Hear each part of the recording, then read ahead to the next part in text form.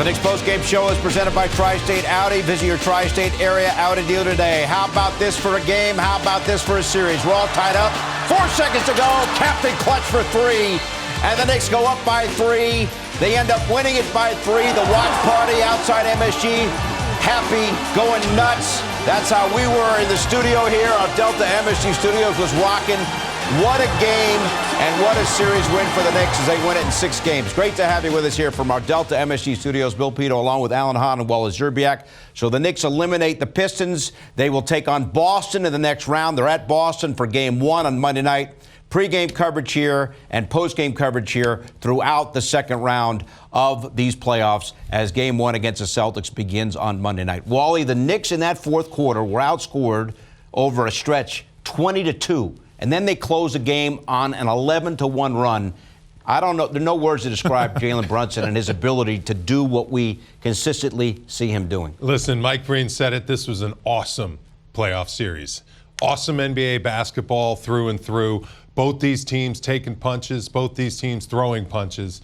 Just an outstanding display of high-level basketball, well-coached basketball. It was almost like who's going to get the ball last is going to win this game. Although Detroit really struggled after getting that 7-point lead. But, boy, Jalen Brunson, I didn't know he had this in him, Alan. After that ankle roll or whatever the heck happened with the floor, I did not think he was going to be able to come out and shoot 33 times, get to 40 points, and take over again in this series in the last couple minutes. He is just so special. Listen, it took a lot to drive a stake through that team, the Pistons. They would not go away. And you give them credit certainly for that part of it, but for the resiliency of the Knicks, even in that moment when you're down 7 with 2 minutes to go and Game 7 felt inevitable, but just to never give up on the play. And Mikal Bridges, I mean, that, having a moment for him in that situation as well, coming up huge for a guy that has gone through the season where he's had good moments and he's been maligned at times as well. He called it what to do at halftime. They come out and do the layup line. They were able to get a good third quarter, but the finish of this game was all about the resiliency of this team, just how hard it was to put this Pistons team away. It was incredible, this series, a knockdown drag-out. 63 free throw attempts were in this game, man. Like, this was a physical, nasty series, and the Knicks winning this game gives them a couple of days to catch their breath, regroup, and get ready for, of course, the juggernaut that is the Boston Celtics.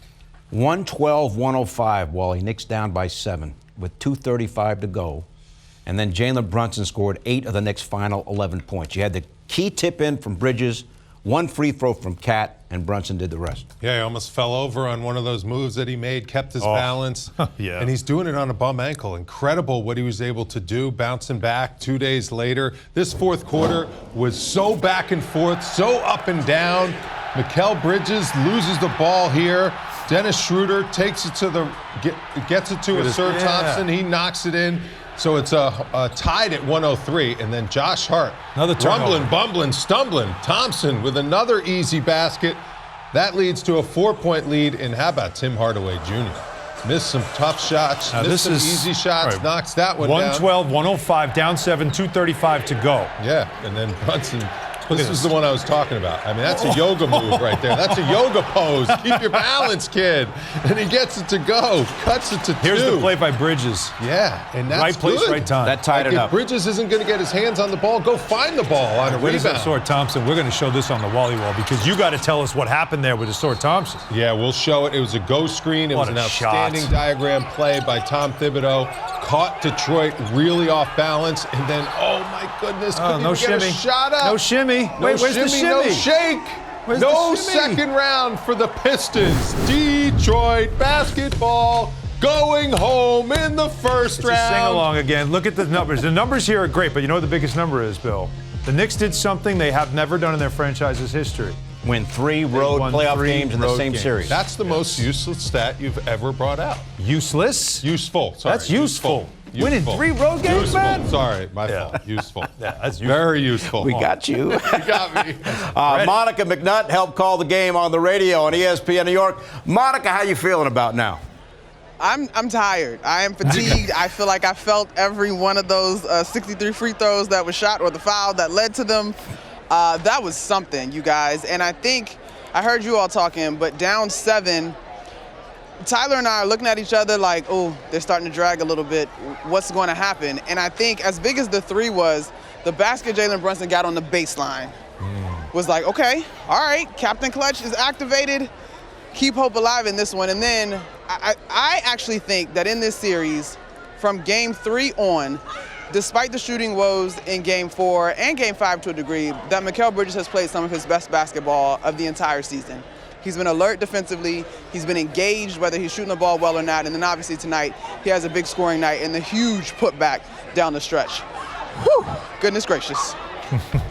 Monica, 3 wins on the road in one series. Just incredible the way this team goes on the road in that environment. How do they do it? I'm going to go back to something that Jalen Brunson says all the time, right? The magic is in the work. And today he was actually asked about Deuce McBride getting ready. And he says that he encourages Deuce to rely on his preparation. And I think you saw this team rely on their preparation when it came down to it in terms of closing out the series. They played terrific basketball games here. They've been locked in, they've been hitting shots, they've been communicating, and they've had one another's backs. Because certainly you could look at the box score and say, oh, so-and-so didn't have a great game, but ultimately it was about the team, and I think that's what you felt in this series. That final shot by Jalen Brunson, Monica, a one-on-one situation, but he didn't just go ISO. They bring over Mikal Bridges. Wally's going to show us in the Wally Wall everything that happened there, but while you guys are making the call, what did you see on that play that Brunson was able to get that open for a clean look? It's the confusion. It's the real threat of Mikal Bridges, who was having a terrific game, that for a split second, Asar Thompson has to account for it in terms of adjusting over that screen, and Jalen goes the opposite direction. And so he doesn't need a ton of room, as we've seen throughout his career, but that gave him just enough space to set up that terrific crossover that ultimately led him to the game-winning shot. And I got to say, I think a thing that's been important in this series, that possession you saw action on, the possession that Mikal Bridges ultimately got the offensive rebound and putback, you saw action on, but there were a couple possessions prior to that where it was just too stagnant, and it was easy for Thompson to guard Brunson and for the defense to load up in help position. And so that was a quick adjustment by the Knicks and Coach Tom Thibodeau. That was a great read of the game. And I'll say this too, guys, because I know we got to wrap up. We asked Josh Hart today after shoot-around, how will the experience and the maturity show through? That's something that has been discussed in this series. The young Pistons team having a historically great year versus an experienced Knicks team. And he said, experience will show through in our attention to detail and valuing possessions. And while it was a little tricky in the fourth quarter, in the last 2 minutes, that's exactly what this team did. All right, Monica, as always, we appreciate it. Have a safe trip back. We'll talk to you Monday night. Knicks in Boston, pregame show here and an hour-long postgame show throughout round number 2 as the Knicks advance out of the first round for the 3rd straight year. First time in franchise history, as Alan touched on, that the Knicks have won 3 straight road games in a single playoff series. They won 1 game by 2, they won 1 game by 1, and they won tonight by 3.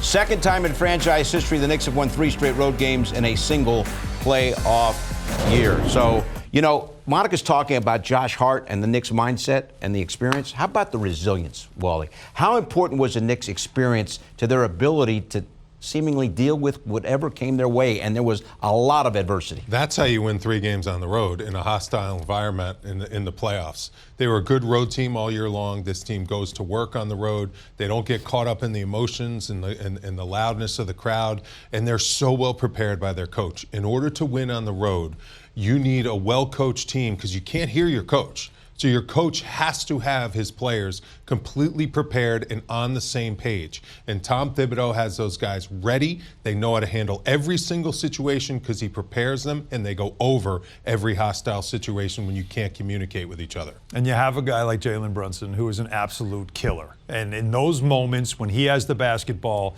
he just has a different level that he gets to, that the great players get to. He's clutch player of the year in the NBA this season for a reason, and that's why that shot was such a perfect moment for him to let everybody know that's exactly why he held up that award this year.